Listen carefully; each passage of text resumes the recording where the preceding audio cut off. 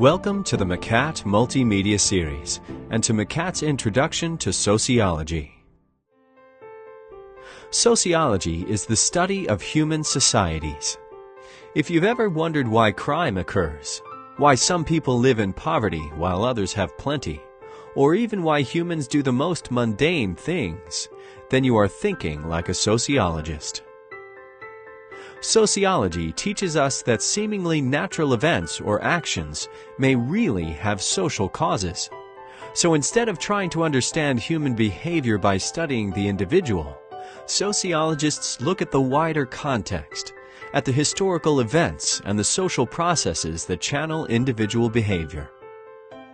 Being a sociologist means using what the American sociologist C. Wright Mills called your sociological imagination.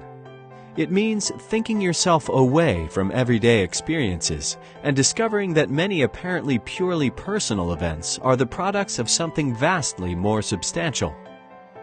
The sociologist's task, Mills wrote, is often to make public issues of what are presented as mere personal troubles.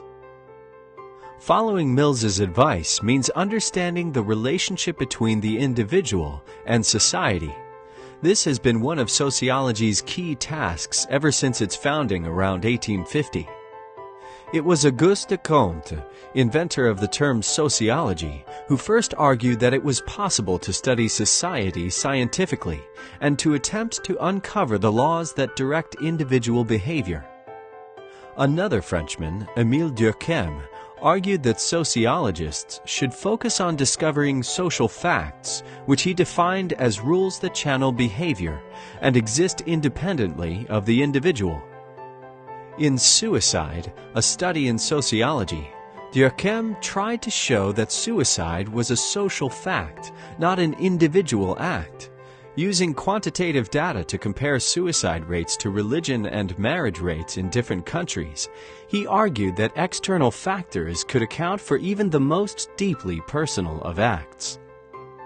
For much of its history, from Durkheim to the work of Talcott Parsons, the American developer of the general theory of action, and Robert Merton, the first writer on the sociology of science, the discipline was concerned with understanding how social cohesion can exist despite conflicting interests.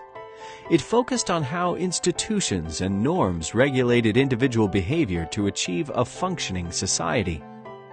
But later, sociologists such as George Herbert Mead and Herbert Bulmer studied the interactions between individuals, a strategy that Irving Goffman pursued in his The Presentation of Self in Everyday Life, to argue that social life consists of the management of impressions, to the extent that society can be likened to a play, in which individuals are both actors and audience members. Sociology also studies deviations from the norm. Howard S. Becker studied marijuana users and dance musicians to understand how some behaviors come to be labeled as deviant.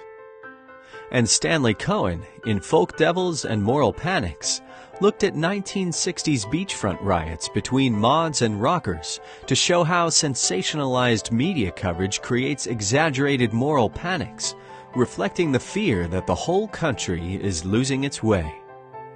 The French theoretician Michel Foucault made radical contributions to the same field during the 1970s, arguing in Madness and Civilization that our understandings of mental illness are shaped by the medicalized language that doctors use to talk about it. And in Discipline and Punish, he traced the ways in which criminals understood as a group with specific characteristics emerged alongside the development of the modern prison. For Foucault, power and knowledge are intimately linked, and the prison influences other institutions, such as hospitals and schools, in which subjects are controlled by both surveillance and categorization. His ideas have proved enduringly influential and have been extended to help us understand the fundamentals of the world we live in. Edward Said developed Foucault's thinking to argue that the West constructs the East, portraying it as both different and inferior, and that this in turn both enabled and justified European colonialism. Do individuals have the power to control their lives, or are they constrained by societal forces? Is conflict normal or pathological, and where does our knowledge of society come from?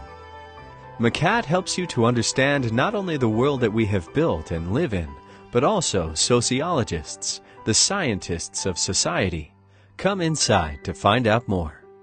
Macat. Learn better, think smarter, aim higher.